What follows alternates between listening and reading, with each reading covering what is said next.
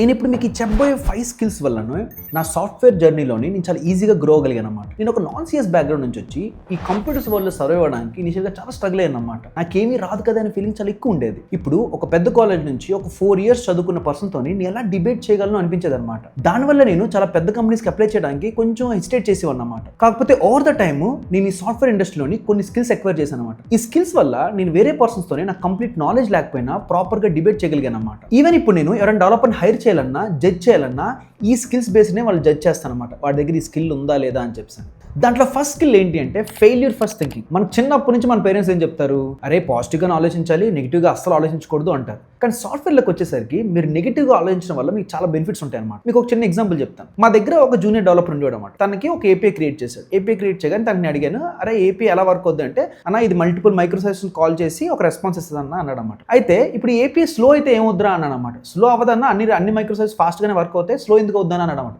అలా కదరా ఒకసారి ఆలోచించరా, స్లో అయితే ఏంటి అని చెప్తుంది. ఏంటన్నా ప్రతిసారి నెగిటివ్గా ఆలోచిస్తావు, స్లో అవ్వదని అన్నాడు అనమాట. అలా కదరా ఒకసారి ఆలోచిస్తే చూడరా అని చెప్పేసరికి ఒకసారి ఆ ఏపీఐ స్లో అయితే మా సిస్టమ్ అంతా డౌన్ అయ్యే ఛాన్సెస్ ఉన్నాయన్నమాట. ఎందుకంటే చాలా బల్క్ ఏపీఐ అది. అందుకే చాలా సార్లు పెద్ద పెద్ద కంపెనీస్ లైక్ నెట్ఫ్లిక్స్ కూడాను కేఓస్ మంకీ అని ఒక సిస్టమ్ బిల్డ్ చేశారనమాట. అది ఏం చేస్తుందంటే లెట్స్ సే మీ దగ్గర 1000 సర్వర్స్ ఉన్నాయనుకో, అది ర్యాండమ్గా వెళ్ళేది ఒక సర్వర్ డౌన్ చేస్తారనమాట. ఇప్పుడు ఆ సర్వర్ డౌన్ అయిన తర్వాత కూడాను మీ సిస్టమ్ ఎలా వర్క్ అవుతుంది, ఆ డౌన్ అయిన సర్వర్ మళ్ళీ ఎంత వేరంగా అప్ అవుతుంది, ఇలాంటి మెట్రిక్స్ అన్ని వాళ్ళు మెజర్ చేస్తారన్నమాట. సో అందుకే నెక్స్ట్ టైం నుంచి మీరు ఎప్పుడైనా ఒక సిస్టమ్ బిల్డ్ చేస్తున్నా, ఒక ఏపీఐ బిల్డ్ చేస్తున్నా, అన్ని బాగానే వర్క్ అయిపోతాయి అనుకోకుండా ఒకవేళ ఇది డిలే అయితే ఏమవుతుంది, ఇది బాగా బ్రేక్ అయితే ఏమవుతుంది అనే క్వశ్చన్స్ మీరు అడిగితే మీరు ఫాల్ట్ టాలరెన్స్ సిస్టమ్స్ బిల్డ్ చేస్తారన్నమాట. ఈ ఫాల్ట్ టాలరెన్స్ సిస్టమ్ బిల్డ్ చేయడం వల్ల ఒక సిస్టమ్ ఇంకో సిస్టమ్ మీద ఎక్కువ డిపెండెంట్ ఉండదు అనమాట.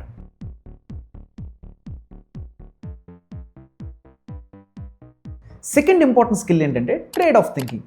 చాలా మంది సాఫ్ట్వేర్లో రైట్ ఆన్సర్స్ ఉంటాయి అనుకుంటారు. నాకు చాలా మంది మెసేజ్ చేస్తుంటారు అనమాట, అన్న మా అప్లికేషన్కి MongoDB వాడాలా, MySQL వాడాలా అని చెప్పి. అందరూ ఏమనుకుంటున్నారంటే రైట్ ఆన్సర్ ఉంటుంది అనుకుంటున్నారు, కానీ చాలాసార్లు రైట్ ఆన్సర్ ఉంటుంది అనమాట. మీకు ఒక సింపుల్ ఎగ్జాంపుల్ చెప్తాను. ఇప్పుడు మా స్టార్టప్లోని మేము వర్క్ చేస్తున్నాం. ఇనిషియల్గా మా దగ్గర 2 developers ఉన్నారు. మేము ఏంటి అంటే మా దగ్గర చాలా అప్లికేషన్స్కి MongoDB లాంటి అప్లికేషన్ అవసరం ఉన్నా కూడాను మేము MySQL వాడాం అనమాట. ఎందుకంటే MySQLలో ట్రాన్సాక్షనాలిటీ ఉంటుంది, సో స్ట్రాంగ్ కన్సిస్టెన్సీ ఉంటుంది. అదే MongoDB వాడితే ఈవెన్చువల్ కన్సిస్టెన్సీ ఉంటుంది. ఈవెన్చువల్ కన్సిస్టెన్సీ హ్యాండిల్ చేయడం కోసం మా దగ్గర మల్టిపుల్ డెవలపర్స్ కావాల్సి వస్తుంది. సో ఆ టీం అంతా లేదు కాబట్టి మేము సింపుల్గా MySQLకి వెళ్ళిపోయాం అనమాట. ఫ్యూచర్లో దాన్ని సాల్వ్ చేసుకోవచ్చులే అని చెప్పి. సో ఇక్కడ మీరు అబ్జర్వ్ చేస్తే there is no right answer, there is no wrong answer అనమాట. మీ సిచ్యువేషన్ తగ్గట్టు మీరు ఎలాంటి ప్రోస్కి ఓకే అనుకుంటున్నారు, ఎలాంటి కాన్స్కి మీరు నో అనుకుంటున్నారు, ఇలాంటి థింగ్స్ మీరు అబ్జర్వ్ చేస్తే మీరు డిసిషన్స్ బెటర్ తీసుకోవచ్చు అనమాట. సో అందుకే మీరు ఎప్పుడైనా సాఫ్ట్వేర్లో అబ్జర్వ్ చేస్తే కామన్గా అందరూ ఒక లైన్ రాస్తారనమాట, based on your situation, based on your requirement అని చెప్పి. ఎవరు కూడా ఇదే బెస్ట్ అని చెప్పరనమాట. సో నెక్స్ట్ టైం మీరు ఏదైనా బిల్డ్ చేస్తున్నప్పుడు it's not about right answer అనమాట. What are the trade offs your taking అనేది మీరు ఎక్కువ ఆలోచించాలన్నమాట. థర్డ్ ఇంపార్టెంట్ స్కిల్ ఏంటంటే product thinking. I will bet 90% డెవలపర్స్కి స్కిల్ ఉండదు. రీజన్ ఏంటి అంటే చాలాసార్లు మన డెవలపర్స్ ప్రొడక్ట్ నాలెడ్జ్ అనేది మన పని కాదు కదా అనుకుంటాం అన్నమాట. ప్రొడక్ట్ ఓనర్స్ ఉంటారు, లేకపోతే ప్రొడక్ట్ మేనేజర్స్ ఉంటారు, వాళ్ళ రెస్పాన్సిబిలిటీ ఇది, నా పని కేవలం కోడ్ చేయడమే అనుకుంటారు అన్నమాట. కాకపోతే ఏ రావడం వల్ల లైన్స్ అనేవి బ్లర్ అవుతున్నాయి. ఎప్పటికైనా ఒక డెవలపర్ రెస్పాన్సిబిలిటీ ఏంటి అంటే ప్రాబ్లమ్ని సాల్వ్ చేయడం, వాడు అవుట్కమ్ని ఓన్ చేసుకోవాలన్నమాట. ఫర్ ఎగ్జాంపుల్ మా పాత స్టార్ట్అప్లో ఏమైందంటే ప్రొడక్ట్ మేనేజర్ నా దగ్గరికి వచ్చి, శబరి మనం ఈ యాప్ తయారు చేయాలి అన్నాడు అన్నమాట. ఈ యాప్ తయారు చేయడం కోసం దగ్గరగా మనకు 3-4 డెవలపర్స్ కావాలి, ఒక 1 month టైం కావాలి అన్నాడు అన్నమాట. అప్పుడు నేను అంతా అబ్జర్వ్ చేసి ఎందుకు మన దగ్గర సిమిలర్ ప్రోడక్ట్ ఒకటి ఉంది కదా, దాన్ని మనం కొంచెం మాడ్యులర్గా చేస్తే డిఫరెంట్ యూస్ కేస్ హ్యాండిల్ చేస్తుంది, అదే మనం వాడుకుంటే 6 daysలో అయిపోతుంది కదా అన్నాడు అన్నమాట. అప్పుడు దానికి తను బిజినెస్ టీమ్తో మాట్లాడి సొల్యూషన్ బాగానే ఉంది అని చెప్పి ఇంప్లిమెంట్ చేశాడు అనమాట. అదే ఇప్పుడు ప్రొడక్ట్ మేనేజర్ ఒక జూనియర్ డెవలపర్ దగ్గరికి వెళ్తే, ఇప్పుడు జూనియర్ డెవలపర్ ఏం చేస్తాడు, కొత్త ప్రోడక్ట్ వచ్చింది, నేను కొత్త నాలెడ్జ్ నేర్చుకోవచ్చు, లేకపోతే కొత్త లాంగ్వేజ్ నేర్చుకోవచ్చు అని చెప్పి ఎక్సైట్మెంట్లోనే ఆ ప్రోడక్ట్ బిల్డ్ చేస్తాడు అనమాట. బిల్డ్ చేసిన కొన్ని మంత్స్ తర్వాత రిలీజ్ అవుతాడు ఏంటంటే ఆల్రెడీ ఇంకోటి ఉంది కదా, దాన్నే మేబీ యూస్ చేసుకోవచ్చేమో, అనవసరంగా ఎక్కువ ఎఫర్ట్ పెట్టాము అని రిలీజ్ అవుతారు అనమాట. సో చాలా సార్లు మనం వై అనే క్వశ్చన్ అడగాలన్నమాట. ప్రోడక్ట్ నాలెడ్జ్లో చాలా బేసిక్ థింగ్ ఏంటంటే ఎవరైనా మన దగ్గరికి వచ్చి ఇది బిల్డ్ చెయ్యు అంటే మనం అడగాల్సిన ఫస్ట్ క్వశ్చన్ ఏంటంటే వై, ఎందుకు బిల్డ్ చేయాలి, ఇదే ఎందుకు, ఇంకోటి ఎందుకు కాదు అనేది మనం ఇప్పుడు అడగాలన్నమాట. సో ద పాయింట్ ఏంటి అంటే మీరు ఇనిషియల్ లెవెల్స్లో ఉన్నప్పుడు మీకు ప్రోడక్ట్ నాలెడ్జ్ లేకపోయినా పర్లేదు, కాకపోతే మీకు మోర్ ఎక్స్పీరియన్స్ వచ్చే కొద్దీ మీరు ప్రోడక్ట్ నాలెడ్జ్ పెంచుకోవాలన్నమాట. అసలు మీరు ఏ ప్రోడక్ట్ డెవలప్ చేస్తున్నారు, మీ ప్రోడక్ట్ని ఎవరు యూజ్ చేస్తున్నారు, వాళ్ళ డెమోగ్రాఫిక్స్ ఏంటి, వాళ్ళ ఏజ్ ఏంటి, వాళ్ళు ఏ ఎమోషన్తో మీ యాప్ను ఓపెన్ చేస్తున్నారు, వాళ్ళ ఫోన్ని ఎలా హోల్డ్ చేస్తున్నారు, ఇలాంటి థింగ్స్ తెలుసుకోవడం వల్ల మీరు ప్రోడక్ట్ని బెటర్గా బిల్డ్ చేయొచ్చు అంటారు. ట్రస్ట్ మీ, చాలా టెక్ ఆప్టిమైజేషన్స్ అనేవి ప్రోడక్ట్ నాలెడ్జ్ ఉండడం వల్లే చేయగలుగుతారు అన్నమాట, అంతే తప్ప ప్రాపర్ టెక్నాలజీ ఉండడం వల్ల కాదు.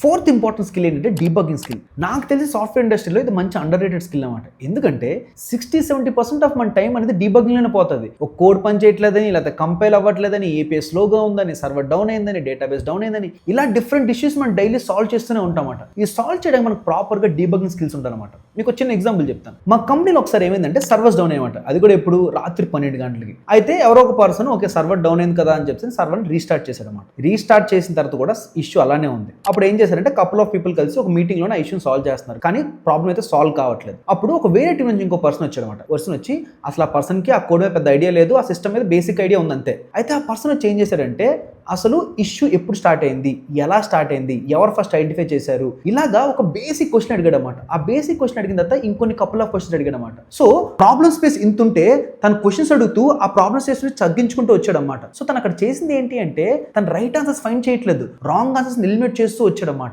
అప్పుడు నాకు అర్థమైంది అనమాట, okay debugging is more about not finding the right answers but eliminating the wrong answers అని చెప్పింది. మీకు సింపుల్ ఎనాలజీ చెప్పాలంటే డీబగ్గింగ్ అనేది ఒక మర్డర్ మిస్టరీ లాంటిది అనమాట. మీరు చాలా మర్డర్ క్రైమ్స్ చూస్తుంటారు. ఆ మర్డర్ క్రైమ్స్ చూస్తున్నప్పుడు అసలు పోలీస్ అనేవాడు ఇనిషియల్గా ఏం చేస్తున్నాడు, దాని తర్వాత ఏం చేస్తున్నాడు, ఫైనల్గా అసలు దొంగను ఎలా పట్టుకుంటున్నాడు, ఇలాంటి ప్రాసెస్ని అబ్జర్వ్ చేస్తే డీబగ్గింగ్ లో మీరు సేమ్ స్కిల్ యూజ్ చేయొచ్చు అనమాట. సో నెక్స్ట్ టైం ఎవరైనా కూడాను మీకు ఒక ఇష్యూ ఉంది అనగానే అది నాకు రాదు, ఆ సాఫ్ట్వేర్ మీద వర్క్ చేయలేదు, ఇలాంటి క్వశ్చన్స్ మీరు అనకుండా దాంట్లోకి వెళ్ళి సాల్వ్ చేయండి అన్నమాట. ఎందుకంటే డీబగ్గింగ్ యొక్క ఫండమెంటల్స్ అనేవి ఎప్పుడు సేమ్ గానే ఉంటాయి ఇర్రెస్పెక్టివ్ ఆఫ్ లాంగ్వేజ్.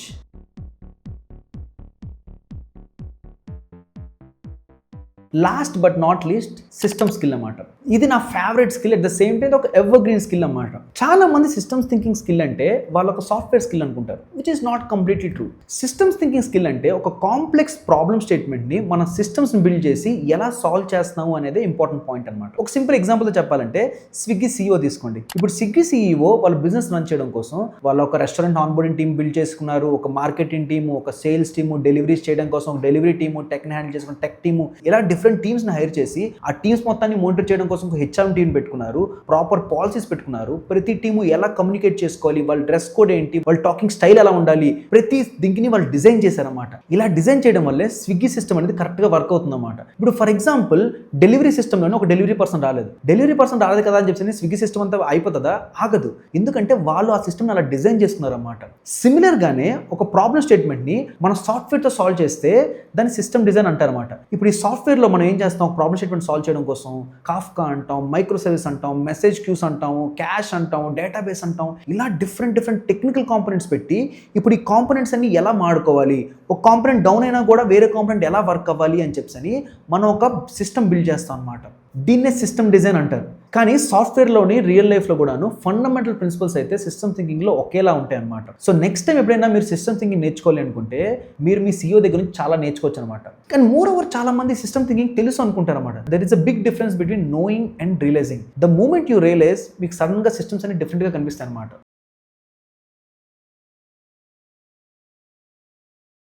ఫైనల్గా ఈ 5 స్కిల్స్ నేర్చుకోవడం వల్ల నాకు సాఫ్ట్వేర్ అనేది డిఫరెంట్గా కనిపించడం మొదలుపెట్టింది అన్నమాట. మీరు కూడా ఈ స్కిల్స్ నేర్చుకుంటే మీకు సాఫ్ట్వేర్లోనే చాలా ఈజీగా గ్రో అవుతారు అనమాట. కాకపోతే ఈ స్కిల్స్ అనేవి ఏదో 1-2 డేస్లో నేర్చుకునేవి కాదు, లేకపోతే ఏదో కోర్స్ చదివితే నేర్చుకునేవి కాదు. ఇది ఎలా ఉంటుందంటే కాన్స్టెంట్గా మీరు ప్రాక్టీస్ చేస్తూ ఉండాలన్నమాట. ఈవెన్ నేను చాలా స్కిల్స్ని ఇప్పుడు కూడా ప్రాక్టీస్ చేస్తుంటాను. ఎందుకంటే ప్రాక్టీస్ చేసే కొద్దీ మీకు కొత్త విషయాలు, కొత్త పర్స్పెక్టివ్స్ తెలుస్తాయి వీటిలోనే. ఎందుకంటే మనకు తెలుసు practice makes a person perfect. Thanks.